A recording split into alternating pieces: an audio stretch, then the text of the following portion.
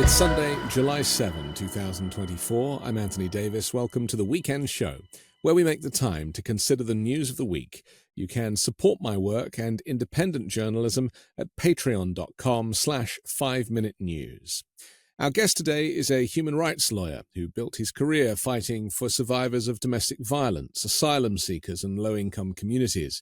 He ran unsuccessfully for the Democratic nomination for Illinois' 11th Congressional District earlier this year, a primary challenge to seven-term Democratic incumbent Bill Foster.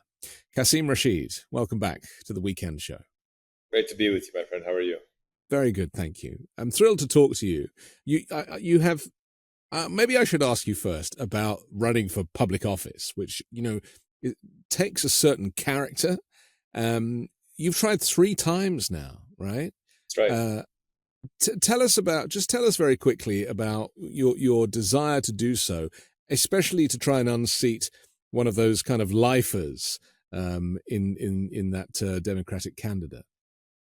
Well, it starts by getting permission from my wife, Aisha. Without that, it wouldn't have happened, and she's extraordinarily supportive. I guess the first lesson is make sure your spouse, your partner, is someone who's going to support you, because without that support, you fail before you even begin.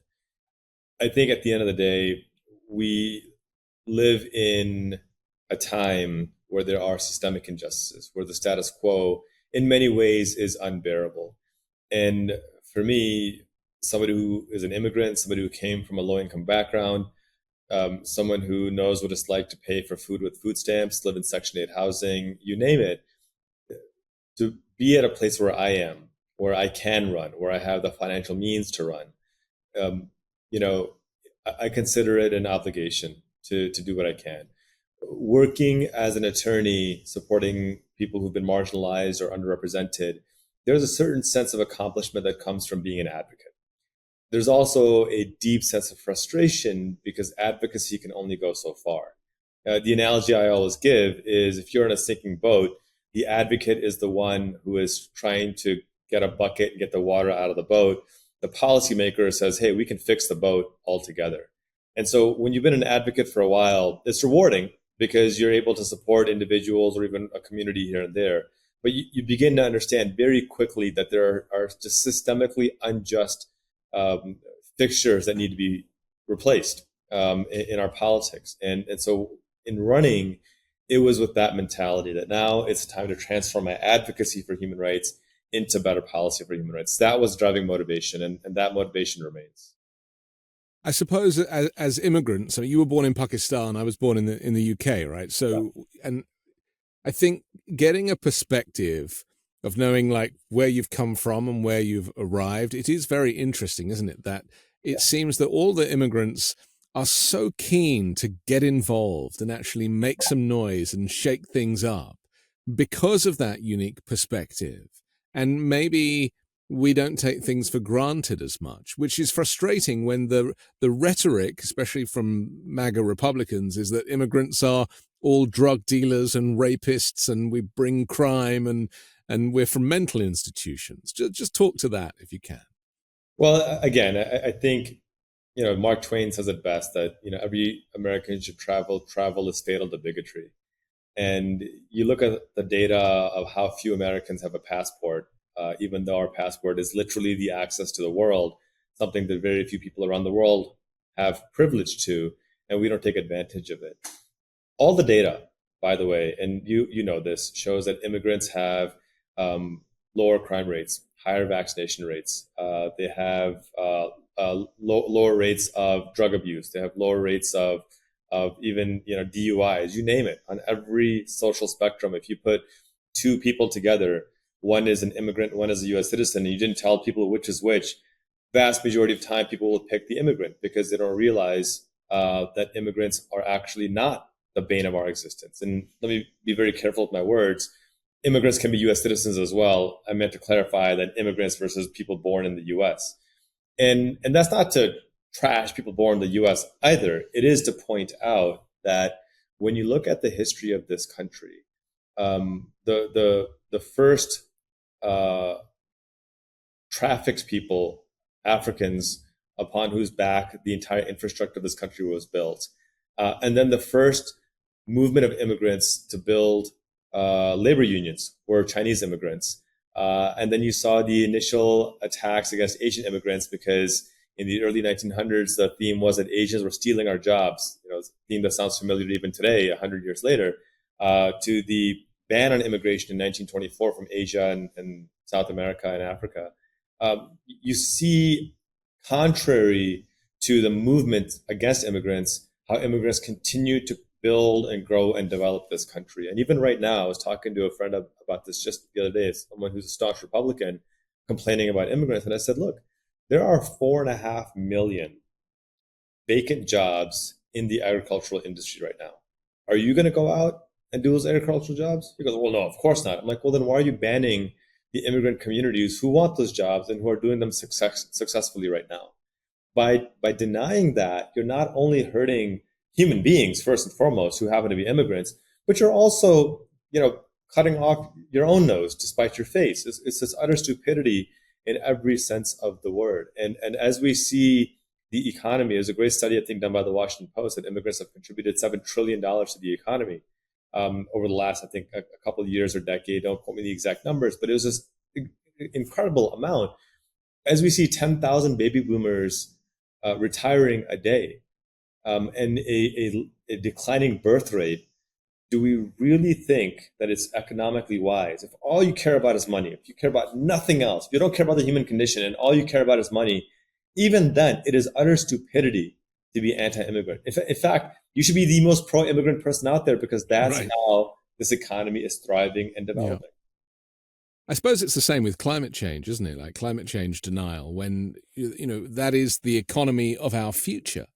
And there is no way that we are going to survive the climate crisis unless we get stuck in, all of us, and all benefit.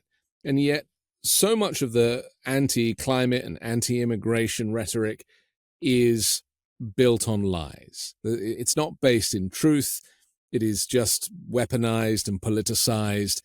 It's so short-termist, isn't it? Because there's going to be a huge climate migration if I just kind of fuse those topics. Americans don't even know what's coming when it comes to climate migration. It's already begun, and it's a few weeks back, my brother-in-law was flying back through Chicago, where I am, and had to stop at my place for a couple of days because he was flying back to Miami, and Miami was flooding, and the waters weren't receding. And so their flights wasn't canceled for a few hours; it was canceled for several days, and it's going to get worse. And to kind of double down on this really important point you made, Anthony, about climate migrants, I think the last 12 months have been the 12 hottest months on record in the last 100 and some years, and that's continuing to get worse. And along the equator, it's going to continue to get worse as well. And these are human beings that have the same needs that everybody else does in other parts of the world, and they're going to move. Be it by force or be it by choice, they're going to move. And so this is why our policies, and when we talk about climate justice, I always see it as a three-pronged approach. And you have to recognize all three. It's not just about climate justice. It's not hugging a tree and saying, save this tree. It's also the social impact as well as the economic impact. The social impact, because we know, and the studies have told us this repeatedly, that the impact of climate change is disproportionately harming the global south, is disproportionately harming low-income communities, Black and brown communities. There's no accident why the life expectancy in a certain part of Chicago is 10 years less than another part of Chicago. And a lot of that has to do with access to something as simple as shade, or having more trees and having a better oxygen turnout as opposed to carbon dioxide. And you can get into all the science behind it. Statistically speaking, if you're Black or Latino, you're 30% more likely to live next to a toxic waste dump. Why? Because Black and Latino Americans don't have representation in Congress to prevent toxic waste dumps from being built in their backyards. I often go back to the example of the Dakota Access Pipeline in Minnesota, and people were saying, well, what's the big deal for these Native Americans if there's a pipeline built through their lands? Who cares? Well, I'll tell you who cares.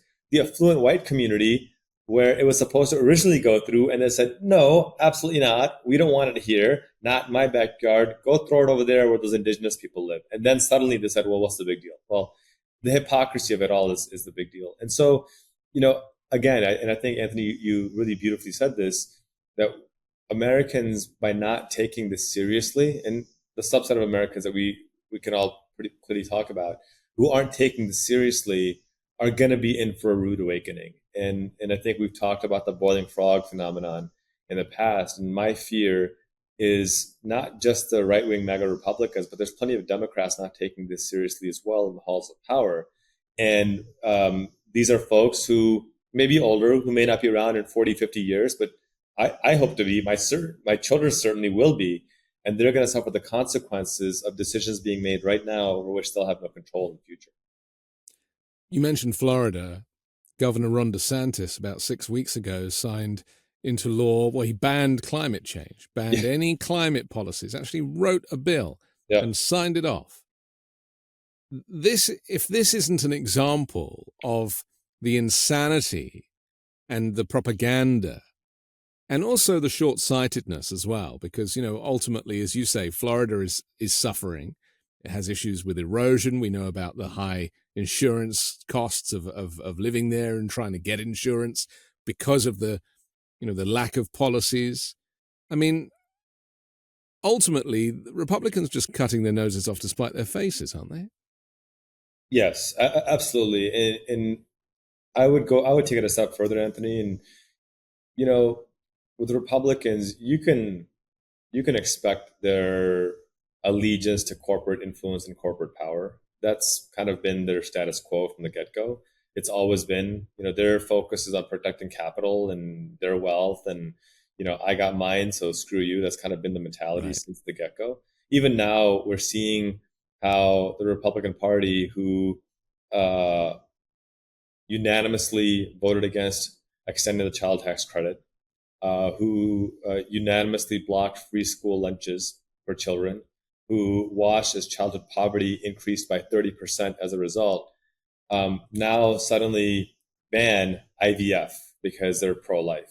All right? Just the absurdity that actual children starving are not worth supporting, but a clump of cells, no, that's a human being that we need to protect, right? So the whole focus is backwards.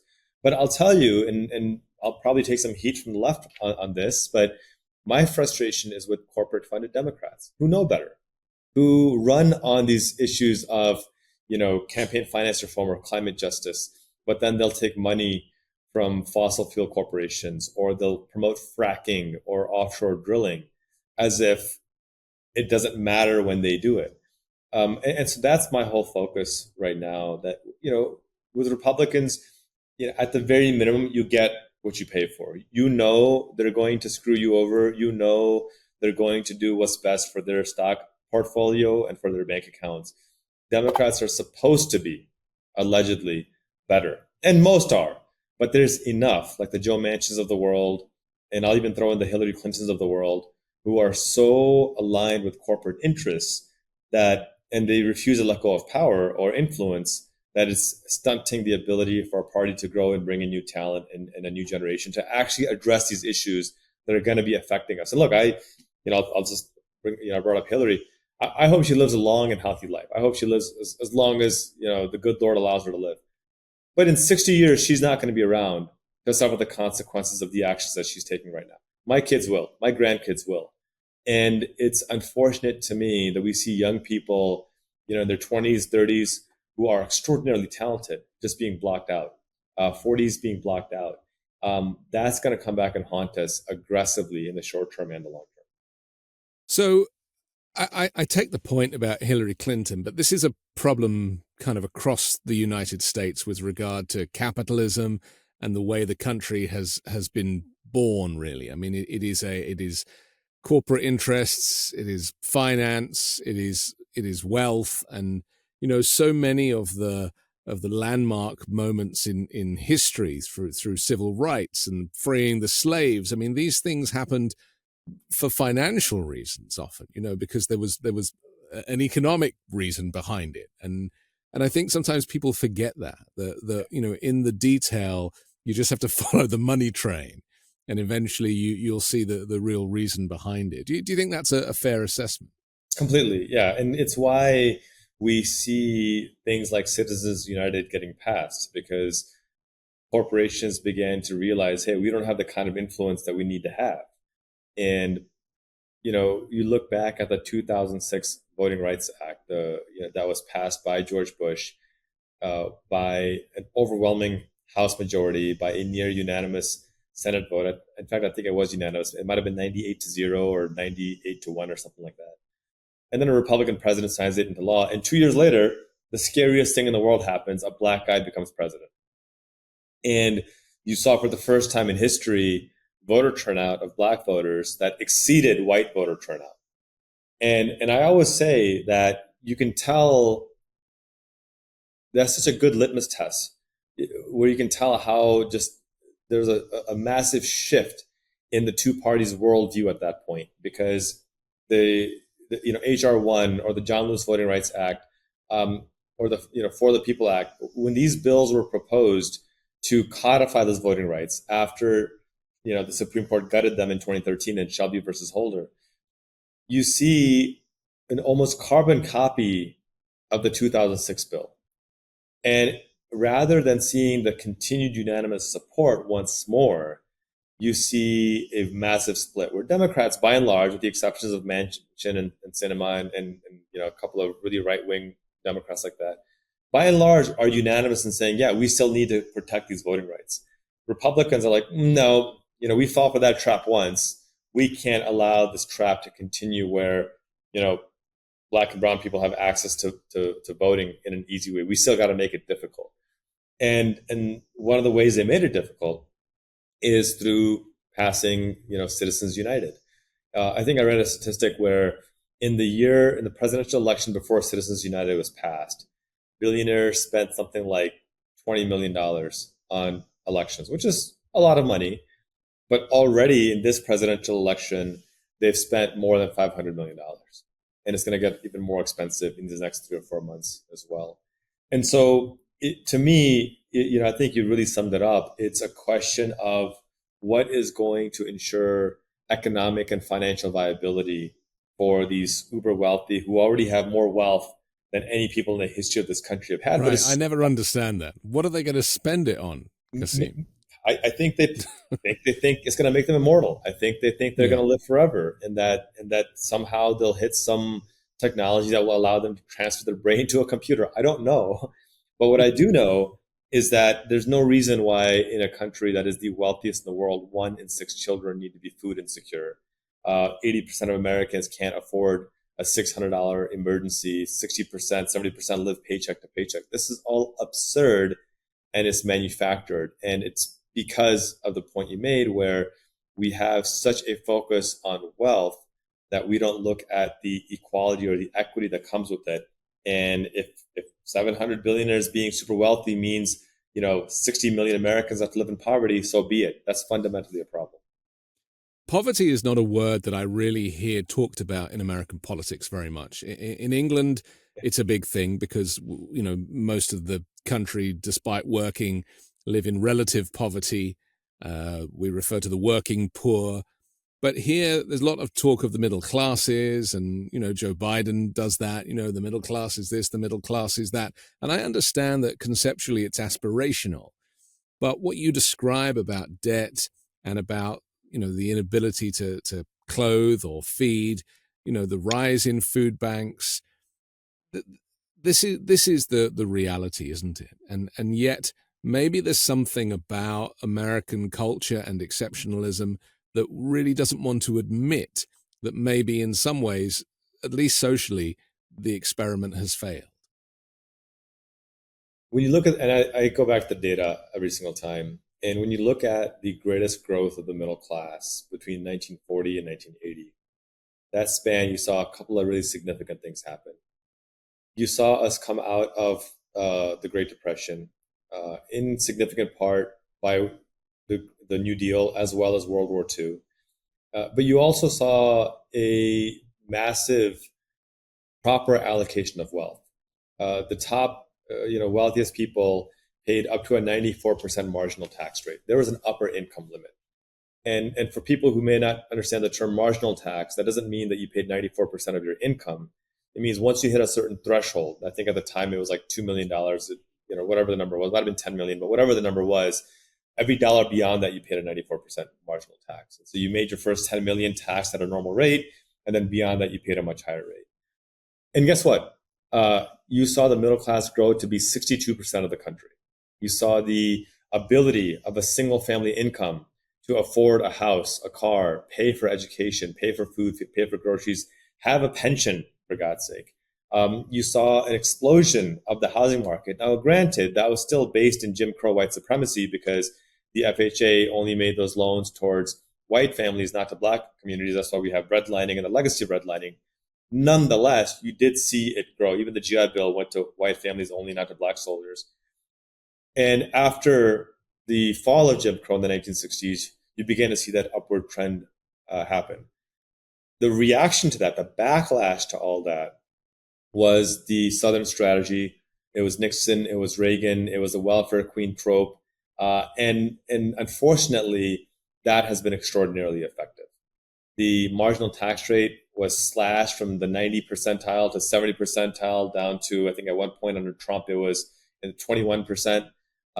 You saw a massive restriction on social welfare programs because now black and brown people had access to them, and suddenly now it's socialism and communism. You saw a rise of mass incarceration targeting black communities. Even to this day, black and Latino communities are charged or arrested at rates of 6 to 10 times more of white communities for the exact same crimes and given 20% longer prison sentences. You had these cruel policies that, well, if you get convicted of a felony, guess what? You can't get food stamps. You can't get Section 8 housing. You can't get federal financial aid, which reinforces and pushes people back into destructive habits. It's why we have double the recidivism rate of developed countries around the world. And so when I hear you say, is this a failed experiment? I think there's a lot of arguments that can make that case pretty strongly. I'm the eternal optimist who refuses to say that it's a failed experiment, who will say that we know what a proven model looks like. We know how to ensure there's meaningful allocation of wealth where the super wealthy pay their fair share. Because I'll tell you what, during that phase between 1940 and 1980, where we saw this massive growth of the middle class, the rural electrification, the rural highway system be built out, you didn't see billionaires leave the country. You didn't see major industry leave the country. You didn't see people say, well, you're taxing me too much, I'm going to leave and go to China. No, that happened after those taxes were cut down significantly, right? And so the whole aspect of it is backwards right now. And for us to get back, it's going to require, I don't even like using the word tough choices, because these aren't tough choices. It's going to require centering humanity over corporate profits for the very top 1%. If we can do that, we can solve 90% of the issues that are out there right now. It's more of an integrated approach. And I guess being more aware of how America has changed and celebrating our differences rather than weaponizing them. Yeah. We have to take a quick break. I want to come back, though, and talk about the separation of church and state, which really does kind of lodge itself in this argument. We'll do that next here on The Weekend Show. Lumen is the world's first handheld metabolic coach. It's a device that measures your metabolism through your breath, and on the app, it lets you know if you're burning fat or carbs and gives you a tailored guidance to improve your nutrition, workouts, sleep, and even stress management. All you have to do is breathe into your Lumen first thing in the morning, and you'll know what's going on with your metabolism. Then Lumen gives you a personalized nutrition plan for that day based on your measurements. You can also breathe into it before and after workouts and meals, so you know exactly what's going on in your body in real time. And Lumen will give you tips to keep you on top of your health game. Because your metabolism is at the center of everything your body does. Optimal metabolic health translates to a bunch of benefits, including easier weight management, improved energy levels, better fitness results, and better sleep. So, if you want to take the next step in improving your health, go to lumen.me/weekend to get 15% off your Lumen. That's lumen.me/weekend for 15% off your purchase. Thank you, Lumen, for sponsoring this episode. We're back on the weekend show with Qasim Rashid. The new Speaker of the House, he's not actually that new anymore. He's been in for a while. He is a man of faith, a man of God, some might say an extreme version of Christianity. But, I'm not one to judge. However, he has said that the separation of church and state is a misnomer. And he spent the better part of the last 2 decades advocating for religious freedom in public schools, in government, and in public spaces. And recently we also had Louisiana challenging the lie of so-called separation of church and state as they described it. I mean, this is becoming a real salient point, because I think people just kind of took for granted that they were separate. And now you get these kind of MAGA extremists holding very central positions in government, such as Speaker, second in line to the presidency. It starts to become a problem. I was looking down at my notes. I read this quote by Mark Twain earlier today that I love. He's one of my favorite satirists, and his commentary on religion always leaves me in stitches. And this quote of his, he goes, "Blasphemy, no, it is not blasphemy. If God is as vast as that, he is above blasphemy. If he is as little as that, he is beneath it." And I think this applies so well over here that if you need to pass legislation to protect your God, it's not God you're protecting, it's your ego.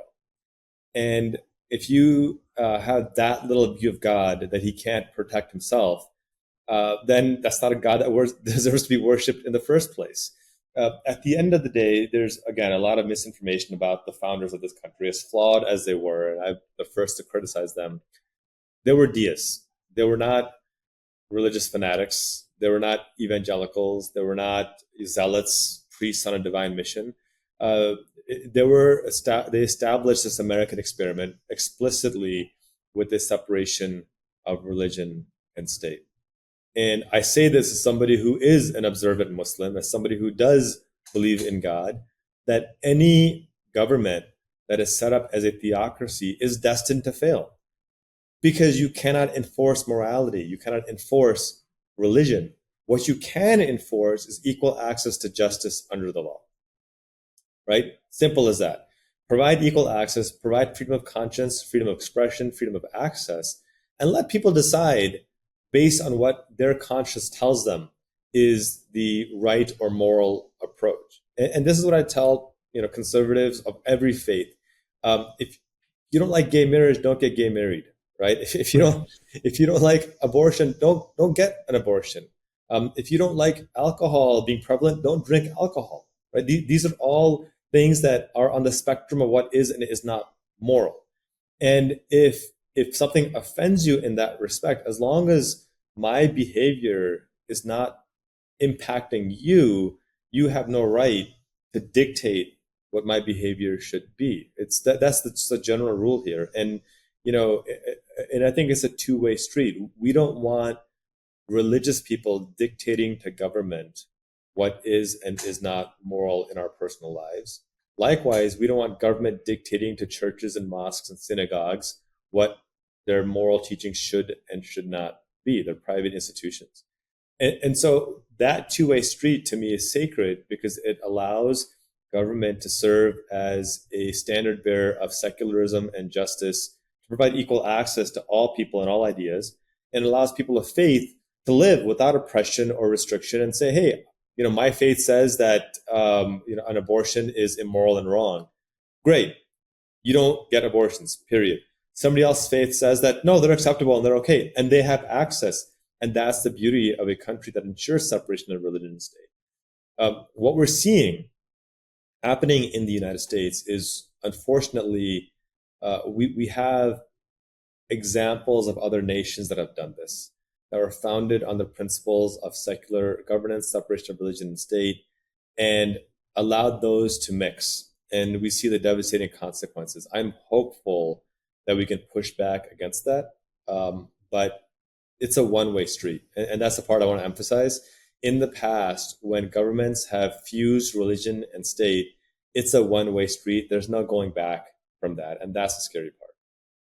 A lot of it happens by stealth as well. Sure. And in fact, things like the appeal to heaven flag, which we've seen Mike Johnson have outside of his office, and the Federalist Society chairman Leonard Leo flies that flag, and interestingly, so does Martha Ann Alito, Samuel Alito's wife, flies the appeal to heaven flag. I mean, this is what I'm talking about. It reminds me a little bit of, of like the Klan not wanting to show their face, hiding under white hoods. There is this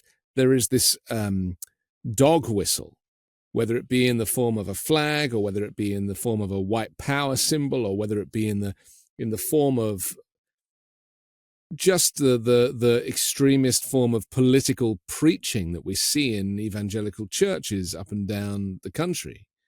That politics is now so infused with religion that I'm sure there is a generation of people who will grow up to think that they are one of the same. Yes, and I think the proof is in the audacity with which they're no longer doing it by stealth. It was some time ago, maybe 15 years ago, 20 years ago. I still recall George W. Bush saying that God told him to invade Iraq as a crusade. That was a dog whistle, right? Yes. That was a pretty clear dog whistle in that sense. And now you have these overt statements by Trump saying, we're going to kick out anybody who doesn't like our religion and doesn't want to be part of our religion. They're going to be gone. And the irony of somebody who, by all accounts, is probably an atheist, who probably has never picked up the Bible in his entire life. And if he does, he picks it up upside down, who can't quote a single Bible verse. And I think that where we are now, they're telling us what their intentions are. They're being open and explicit about it. And we should take them seriously because, again, losing this battle to maintain a secular democratic republic, this is not a battle that we can afford to lose. It is a one-way street. Do you think that MAGA Republicans and associated lawmakers can understand the complexities of somebody who is a practicing Muslim really getting behind the separation of church and state? You see what I mean? Like the idea of like leaving your beliefs in the foyer and coming into the rotunda with a separate view of how government should run, because it requires us to be selfless. It requires us to understand the concept of collective responsibility. And I just fear that the subtlety, the critical thinking required, and the selflessness required for people of faith to be pushing the separation of church and state as a concept is something that these MAGA people can't understand. Well, I always go back to it's a hijacking of Christianity in that sense, right? I mean, Jesus famously said, render unto Caesar what is Caesar's and unto God's what is God's, right? I mean, to me, that's a very explicit statement that certain things in God's domain, leave it with God. Certain thing in government's domain, leave it to government, and keep the two separate and don't let them fuse. And, some evangelical is going to listen to this and send me an angry email saying, how dare you talk about Jesus, not realizing that Muslims love Jesus as well. It's a different conversation altogether. Yeah. But no, I don't think they recognize that, because I don't think they're actually upholding Christianity. I think they're using this as a vehicle for power, a vehicle for control. Control, yeah. That's really what I find. And the reason why I know that is because if you go to countries like Pakistan, my birth country, you've got the mullahs and the sheikhs there doing the same thing with the Quran and saying, well, the Quran says this, so this is what our constitution should be based off of. When in reality, if they just practiced their faith on their own and didn't worry about anyone else, that is the focus that the Quran calls them to do when it mandates a separation of religion and state as well. So to me, it's a focus on power, and it's specifically a focus by wealthy, arrogant men on power. They're kind of the root causes of a lot of this, unfortunately. And for us to be able to counter that is going to require a multi-faith, multi-ethnic, cross the socioeconomic class coalition of people saying, hey, let's recognize, and I think you said this beautifully earlier, let's recognize, even celebrate our differences. Let's respect our differences. Let's respect each other's moral standards if they differ, but recognize that we need to be united on this principle that if we don't have secular government, none of this matters at all. If the only way we rule is might is right, then it's perpetual war, it's perpetual fighting, and that's just not a sustainable way to live. I think if we can build that kind of a coalition, we can get somewhere. Short of that, we're in trouble. But it goes against all of the policies of the right and the religious right and the Republican Party, or the party of Trump as it has become. You know, all of those things you describe are not things that will ever pass through the lips of those people. Right. Because they don't consider that it's even an arena with which they can play in. Maybe because they don't have the language or the empathy or even the interest, you know, and that is my concern. I actually personally believe that we need to stop talking about how polarized America is and start talking, as you just have, about the actual detail. Because I think when you get people on a one-on-one, that we actually would surprisingly agree on a whole lot. It's just sometimes the definitions and the language and the delivery that keeps us apart. Sure. I think there's an extent to that's absolutely part of it. When I was running for office, I knocked on Republican doors as well. And I had plenty of my neighbors who were Republican come out and support me and put my lawn signs out or yard signs out on their lawn and everything. And it's because I had the conversation with them. And I think you're exactly right. I'm going to bring up Hillary Clinton again in a second. Your favorite. Where I think we run into a problem. I think you're exactly right that, you know, a lot of these MAGA politicians just aren't willing to have a dialogue. They don't really care. And there's enough of a core base, maybe 30% of the country, that you could tell them anything and it's just not going to matter. But that's why it's so much more frustrating when you have someone like Hillary Clinton endorsing a MAGA Trump funded challenger to a Democratic incumbent, right? That's just wild to me, right? I mean, Jamal Bowman's opponent has made Islamophobic comments, racist comments. He's well funded by the same people that gave tens of thousands of dollars to Donald Trump as he defeated Hillary Clinton. And Hillary, rather than supporting the incumbent, who is very anti-Trump, is supporting the guy funded by the people of Trump. And so if you are a young person and you're looking at this, you're seeing, well, it's just the same party then.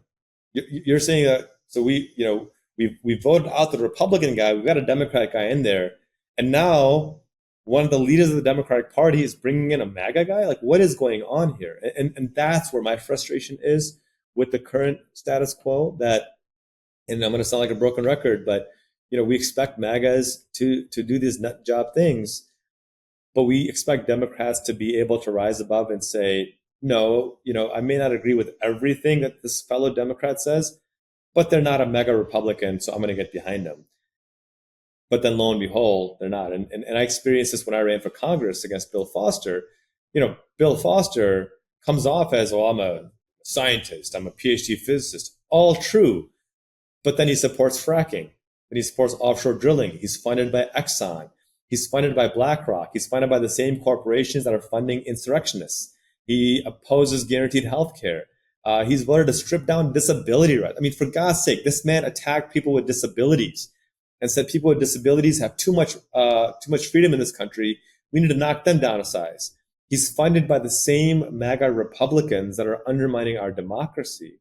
And that's one reason why I ran against him. Now, I was not successful, but that is the frustration that I think the next generation looks at in saying, what are we supposed to do at this point? If the MAGA Republicans are explicitly anti-democracy, and you've got enough, not all, but enough people in the Democratic Party, like the Bill Fosters, who are implicitly anti-democracy, where do we go from here?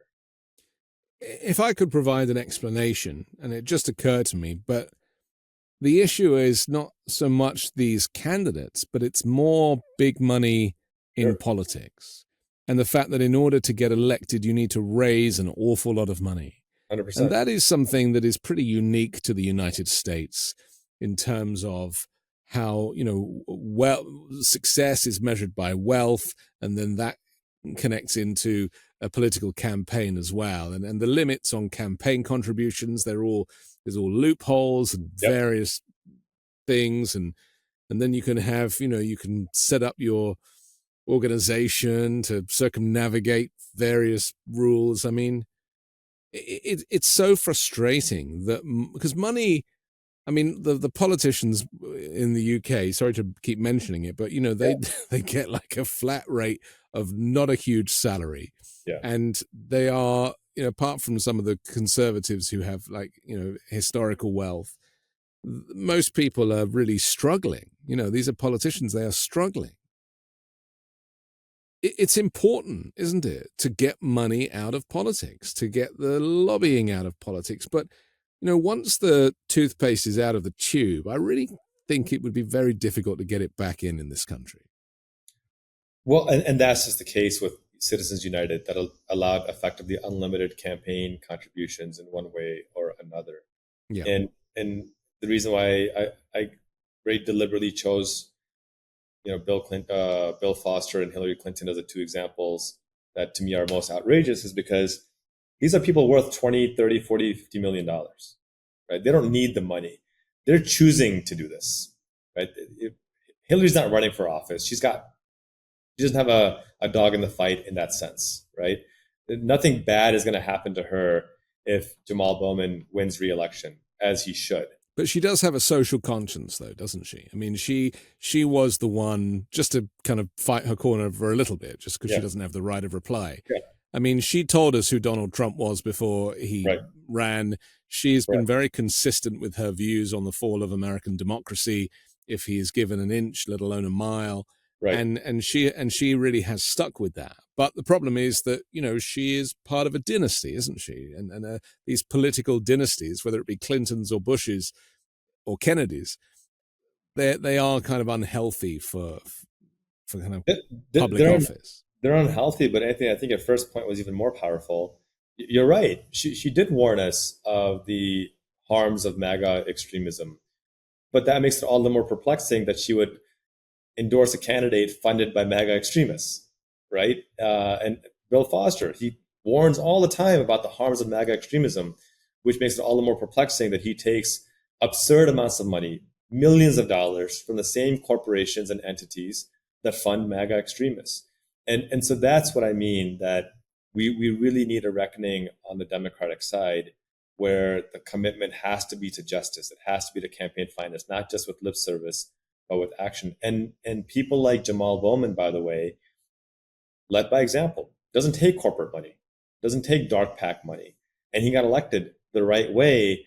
And despite being elected the right way, now he's being undermined by the same entities that take the corporate and dark pack money, kind of dragging us backwards. So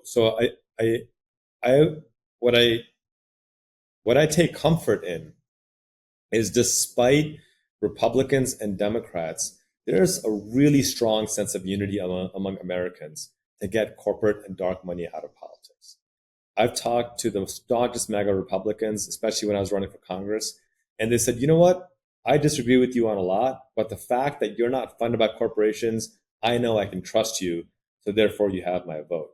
I've talked to centrist Democrats, very progressive Democrats, and that was a consistent answer I got across. And so for me, that's the exciting part. That's where I see hope. That's where I see progress, that this is an area where we have general agreement, because at the end of the day, Americans know whoever writes your campaign re-election check is who you're going to be accountable to.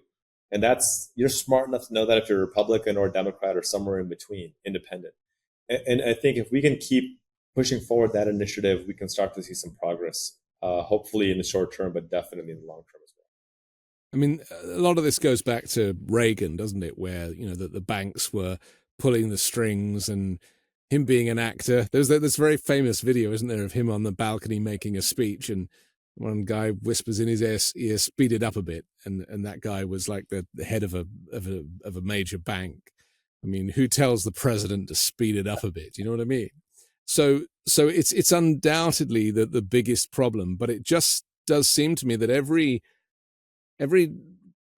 avenue that I go down on this subject, the door that I open at the end of the street has got like piles of cash in it, or it's a door marked racism. It's like these are the two doors that I am facing. Yeah. Is there a connection between these two? Because, and maybe we could use your attempts at election as examples. You as a Muslim, an outward Muslim looking like a Muslim, and we know some Americans may have a prejudice on your visual. They might not know I was British until I spoke, but you're wearing it on the outside. So how does that play for someone like you seeking public office, and has it held you back, or has it actually been of benefit in any way? Well, it's certainly been used to attack me, and I've run against Republicans and Democrats, and both have used it to attack me. And some are more explicit. Bill Foster was more subtle, but he used words like radical and dangerous. Not from here. All dog whistle racist terms that a white supremacist would use as well. And so it's unfortunate that he would engage in that kind of rhetoric. So that's definitely been used. What I will say is that even though I'm not running for office right now, I still get the racist remarks.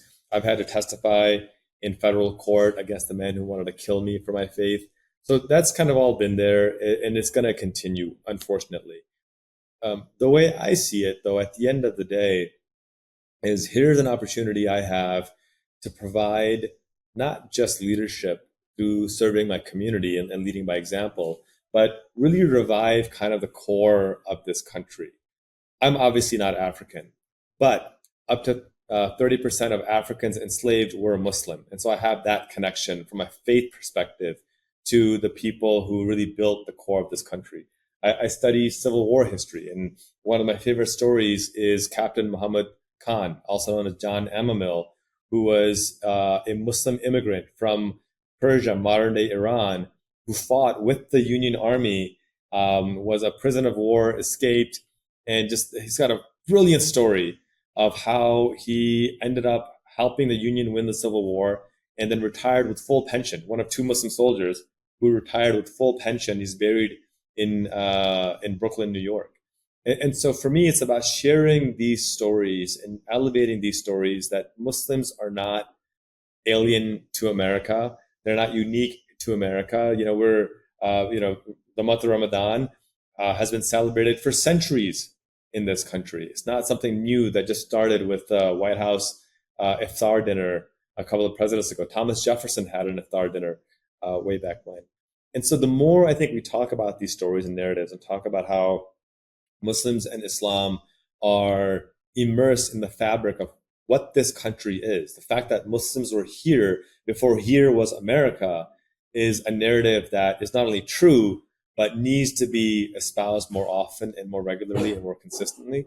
And in my experience, when we have those conversations, we are able to build more bridges of understanding, of dialogue, and to harken back to a really thoughtful comment you made earlier, we're able to celebrate our differences in a meaningful, authentic way, as opposed to some kind of a tokenized way. It's so interesting, isn't it, how the opportunity to say these things is so rarely available in the political discourse or even in news media. The actual opportunity to have these specific conversations, because I still think that Muslims and people of color generally are suffering off the back of the effect of 9/11, when anybody who wasn't a white American was basically blamed for the attack on the Twin Towers.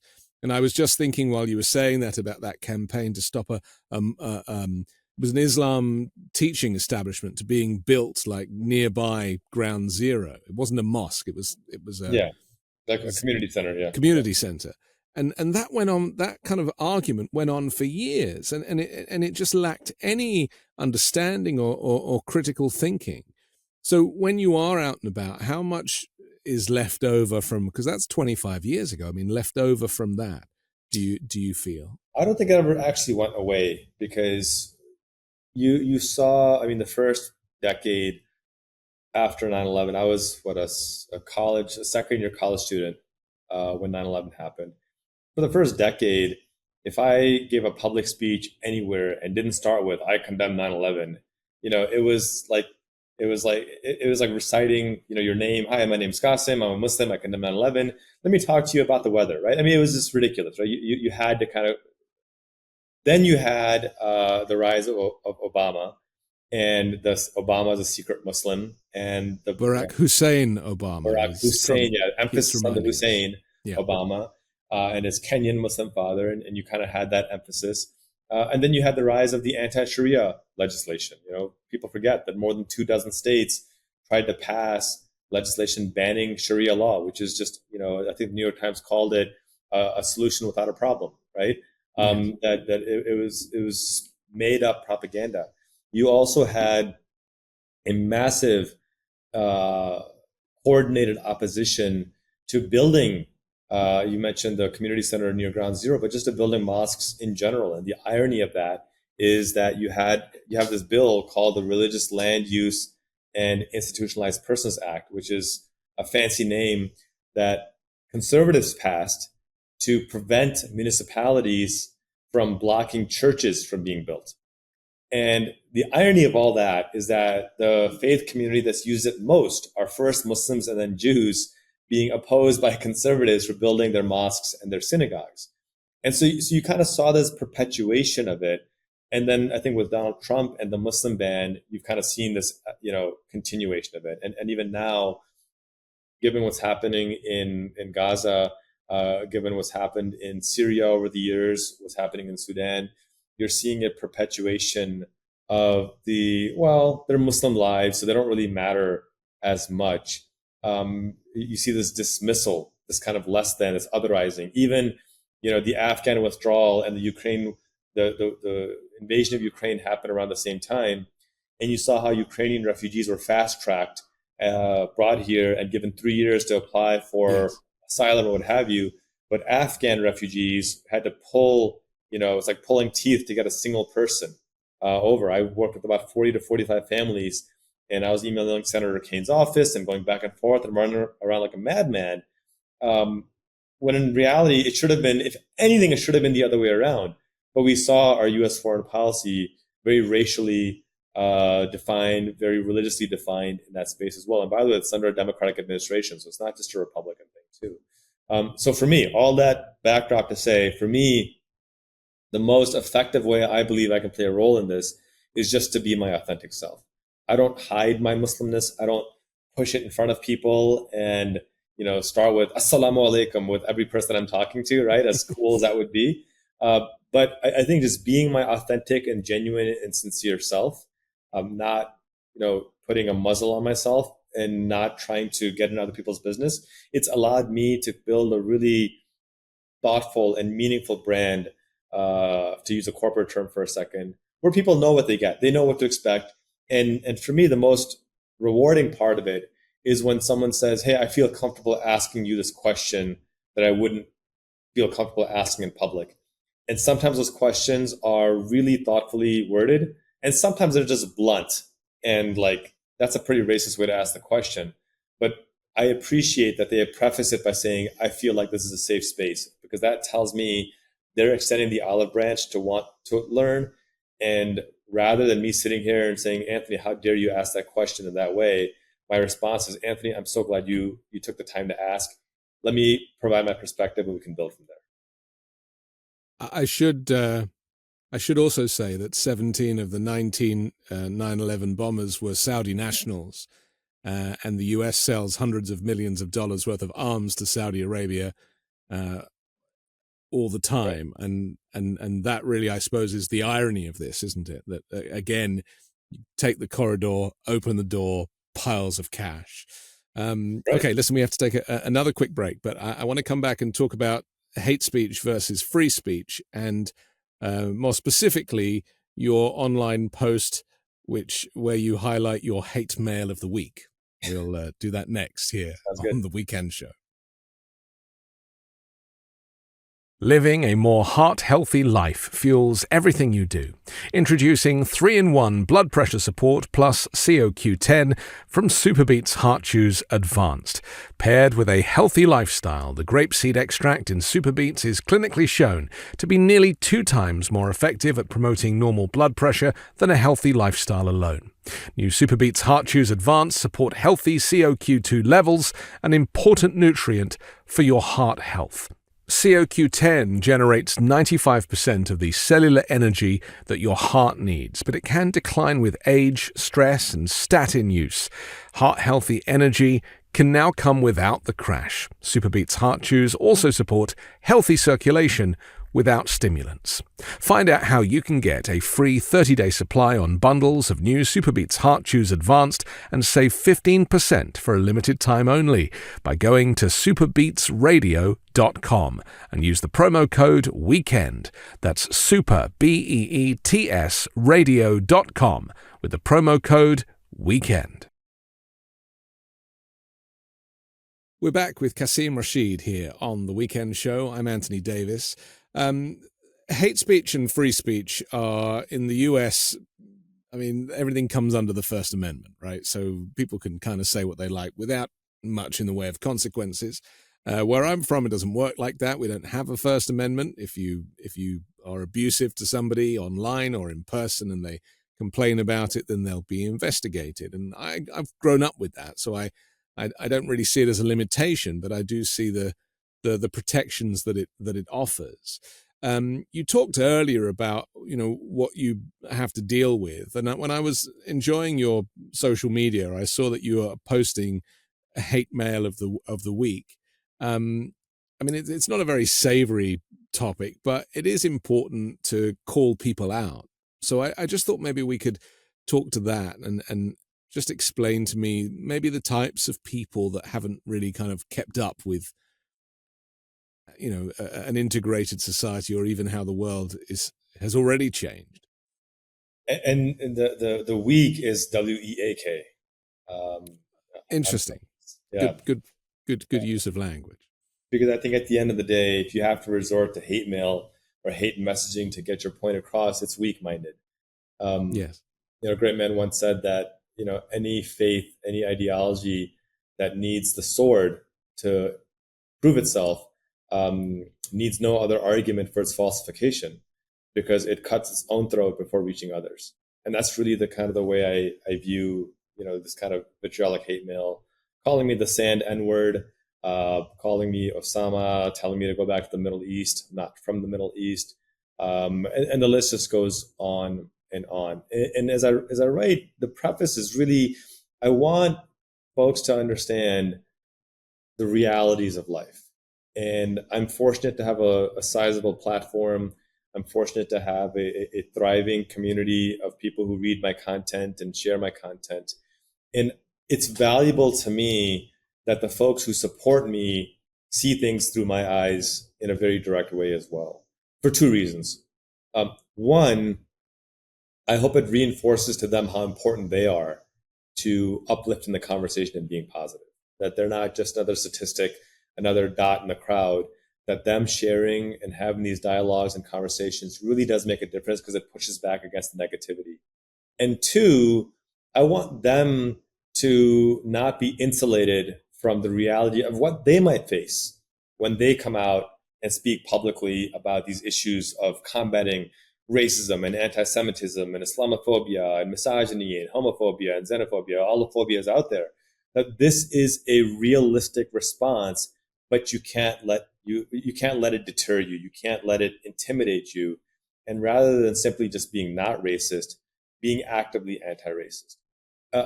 That's been an extraordinarily rewarding experience, because it's so interesting. I write a new piece almost every single day on some contemporary issue. And every now and then something will go viral and get 20,000 retweets or likes or shares or 100,000 likes.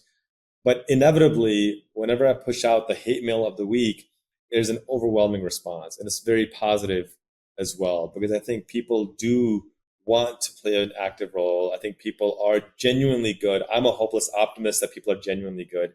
And it's a way for them to express that positivity. So I love it. I'm going to keep doing that. As long as people keep sending me hate mail, I'll keep leveraging that as an opportunity to build bridges of dialogue and understanding. I get it as well. I should point that I'm out. sure. I'm I sure. got Yeah. told to drink cyanide recently, which was Sorry. nice, and Horrifying. that some reference to my mother being a Yeah. prostitute and some other stuff. And I, you know, I was on the radio for years in England, and we used to get all sorts of things sent through. You know, people think they know you because they hear you every day or every night, and so I am able to like separate it completely from my reality. But you know, sometimes something will slip through that really does hurt, and people, you know, maybe I'm naive, but I didn't really realize quite how evil some people could be, and I'm very interested as to where that comes from. Because, you know, obviously we talk about the polarization and we talk about the division in the United States, but I don't just think it's Republicans and Democrats. I actually put it down to good people and bad people. And you can be on either camp with either of those roles. So talk to me about this kind of notion of the, you know, what type of a person would you have to be to write to somebody who was trying to do good and tell them to drink cyanide? I mean, it has to come from a place of darkness, surely. I have an interesting theory that you may completely dismiss, and I think you'd be justified because I think intelligent minds can disagree.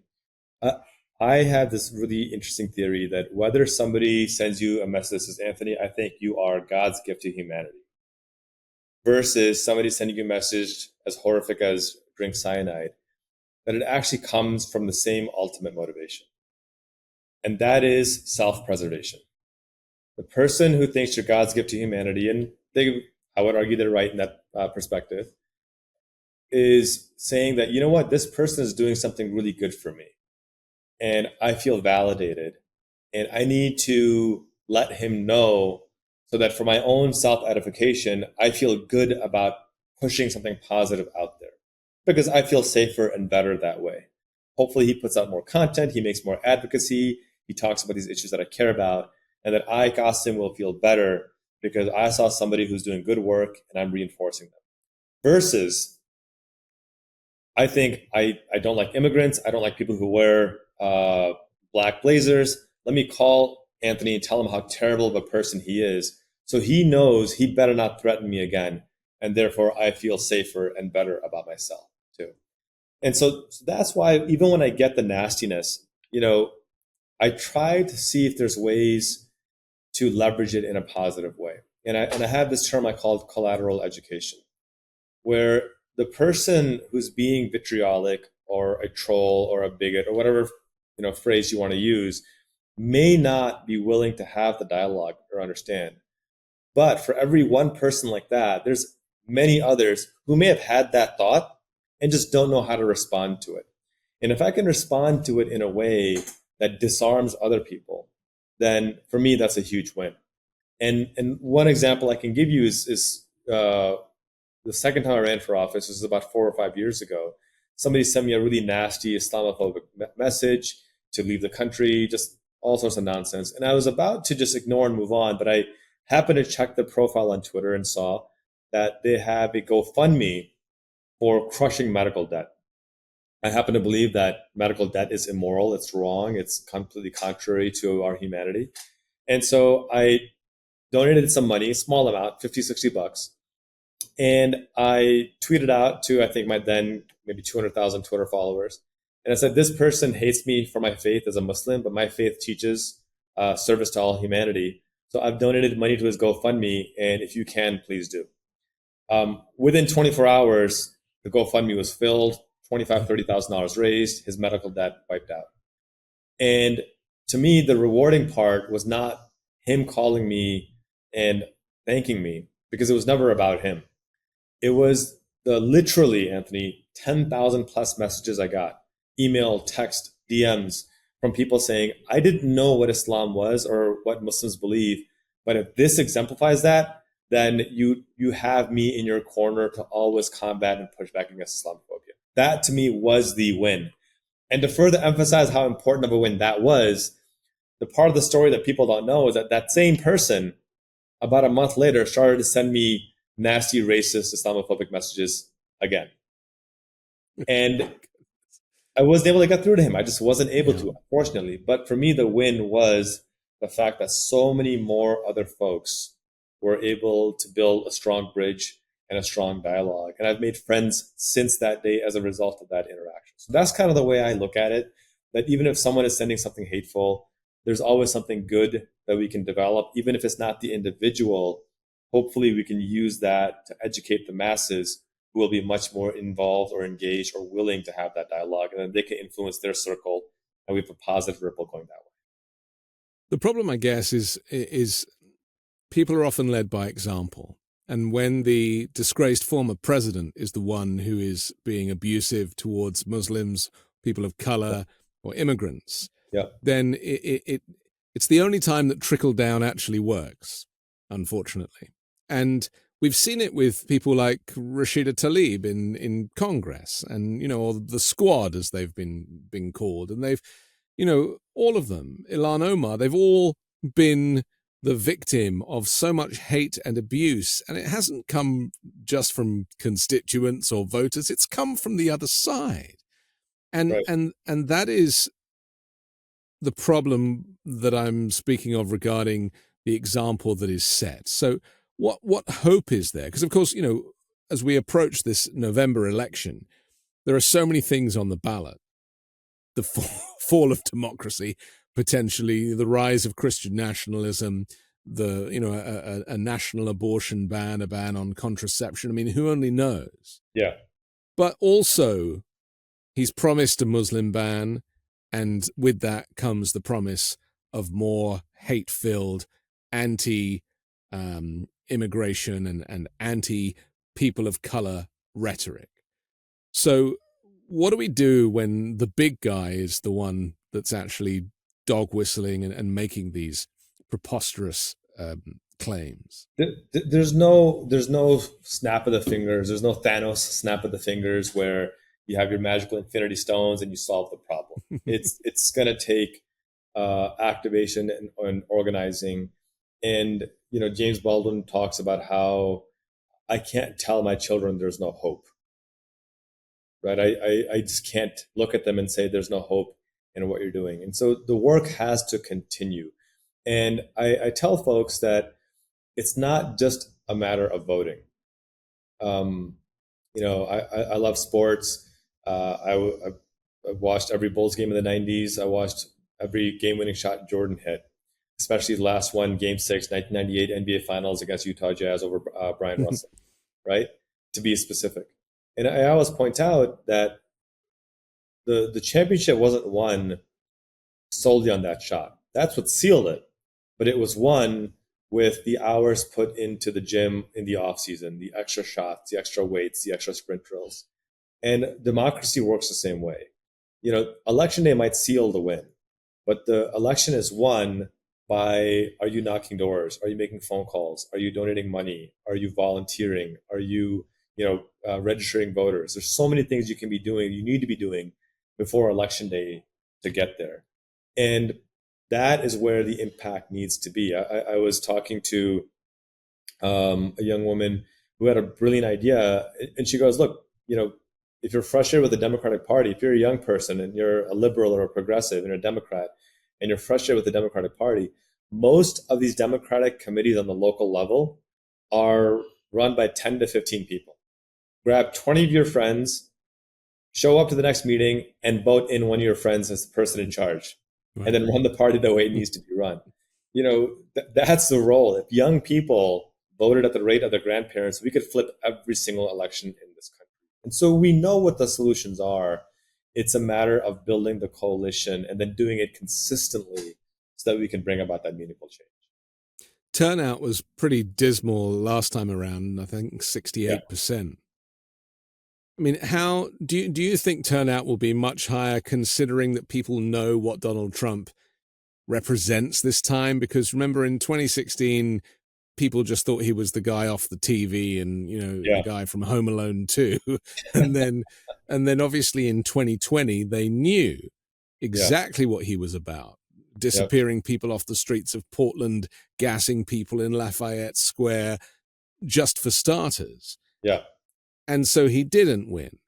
And I have great faith in the American people and their desire to live in a civilized, democratic nation. So I don't believe he can win personally, but that ultimately is down to the Electoral College, because as we know, that is a pretty rigged system. And the Republicans are relying on that rigged system to get success at the ballot box. The fact that it's even a question right now is part of the problem, right? He's been convicted of 34 felonies. He's got 60 more to go, or 58 more to go, what have you. He's got 3 more criminal trials. He's been convicted of rape in civil court. He's been caught defrauding his university. His kids have been caught stealing from cancer charities. I mean, the list just goes on and on and on. It shouldn't be close. And that, again, goes back to what I think is within our control. We're not going to control Republicans, but on the Democratic side, it is within our control. And that's where my frustration is with some of our policies. We despise Trump's asylum ban. Biden ran on ending Trump's asylum ban. Biden has now implemented an asylum ban that the ACLU is suing the Biden administration. And in their words, we're suing him because his asylum ban is indistinguishable from Trump's asylum ban. Biden ended on ending the Muslim ban, and he did, which is great. But how many more Palestinian Muslims have been killed while Biden continues to provide arms, despite the UN, the ICC, and the ICJ all affirming that Israel is committing war crimes and is on the precipice, if not committing genocide? Our own Leahy laws aren't being upheld. And you can even argue that, well, those are fringe issues. That doesn't affect 30, 40, 50% of the Democratic Party. Okay, but from what I recall, Biden won by less than a combined 100,000 votes in the swing states. That's less than 0.1%. So if it impacts 0.1%, it's enough. And that's my concern in states like Michigan, what has a huge Arab American population, a huge Muslim population. How does he win that? States like Georgia, where it's already a pretty conservative state, and there has a large, Muslim population there as well. How is he going to win that? The Wisconsin delegates are telling Biden to stop arming Israel. These are the actual elected delegates to the DNC telling them stop arming Israel. It's affecting the vote. It's affecting turnout here as well. And I don't know if he's listening. So these are the things that I think about. These are the things that I'm trying to figure out. How do we get past this? And I don't know if I have an answer right now.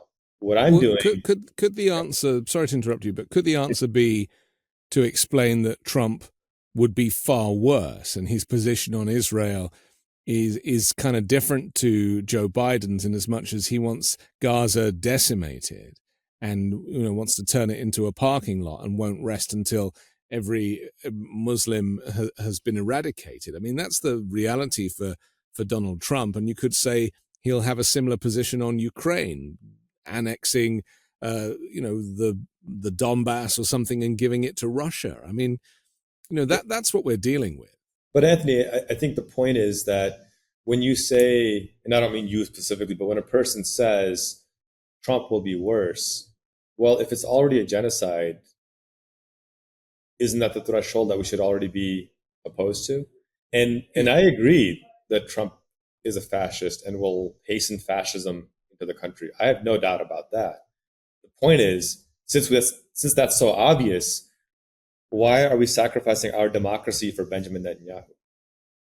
Why are we sacrificing or risking installing a fascist for the Trump of Israel, right? In Netanyahu. I have a theory.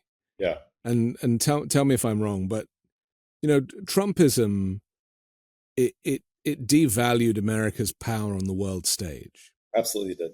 And the US politically became a bit of a laughing stock, so much so that we actually saw European leaders laughing at him. Literally laughing. We saw the United Nations audience laughing at him.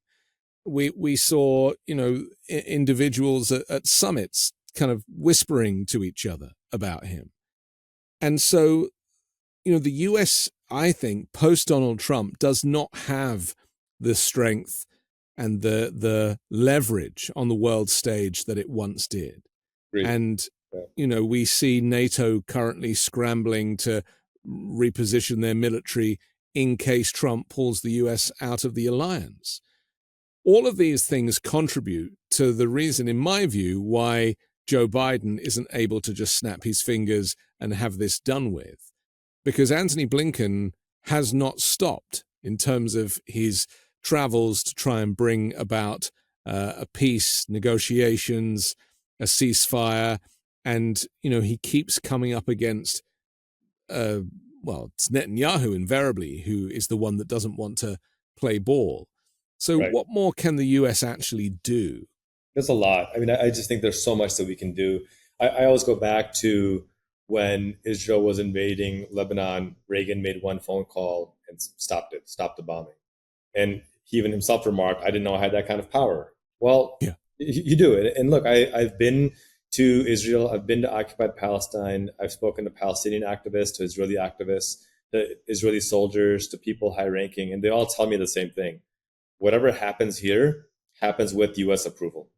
Simple as that. Like anybody, I've talked to people who's like, I've given tour guides to Nancy Pelosi. I've given tour guides to Mitch McConnell, to Newt Gingrich, to every politician left and right. And I can tell you, nothing happens here without the approval of American politicians. That's the first thing. Second thing is there's a reason why we have the Leahy laws. Right? These laws were passed after World War II to ensure that we are not arming countries that are credibly accused of war crimes, of crimes against humanity. And I want to be clear, credibly accused, not even a conviction, but credibly accused, because that's how sensitive we were to that. None of those laws are being upheld right now or protected. No. We have they haven't been for a while. I mean, look at Saudi Arabia and Jamal Khashoggi, for example. I mean, and Yemen, absolutely. You're exactly right. And so we can't talk about international rules-based order when we're not following up with it ourselves. We can't sit here and watch State Department spokespersons shed tears for Ukraine about how children are being bombed, and then for Palestine say, well, war is war. That's just what happens. It doesn't work that way, right? We're not dumb. We're human beings, and the same blood that's spilled for a Ukrainian child is as precious as an Israeli child, is as precious as a Palestinian child. And all we're saying is don't discriminate between them. Treat them all with the same love and compassion as you would your own child. And when we see the inconsistency there, that's where the problem is. And so I think President Biden needs to come out strong and say there is no contradiction between saying that Israel has the right to be a sovereign state and Israel also needs to be accountable to international human rights law. And as the United States, we will not be part of a country that does not respect international human rights law. That's not a hard statement to make. And I think that is one that is unassailable as well. And it was one that, in my view, will increase his voter turnout, increase trust and confidence in him. Where I'm flabbergasted is why he's not willing to say and act. Well, as we're recording this, it's not been said. I mean, they have made certain references to it, and he has paid lip service to it. But I think that between now and the election, a lot will change, and I'm hoping that there will be a little more understanding. I suppose the natural allegiance for America as a kind of cultural phenomenon is because America was at the nucleus of the creation of the Jewish state of Israel. Sure. That there is a natural allegiance. Sure. And again, in the same way that the U.S. didn't, or the founders didn't consider that Donald Trump would show up, that really the U.S. didn't consider that Benjamin Netanyahu would be potentially on trial for corruption charges and hold the country to ransom. So, that's the... Well, I almost think of it as they did anticipate a person like Trump showing up, but they didn't anticipate as a Congress who would be complicit. Yes. Yeah. That's kind of where we are. Well, Benny Gantz quit a few weeks ago. Yes.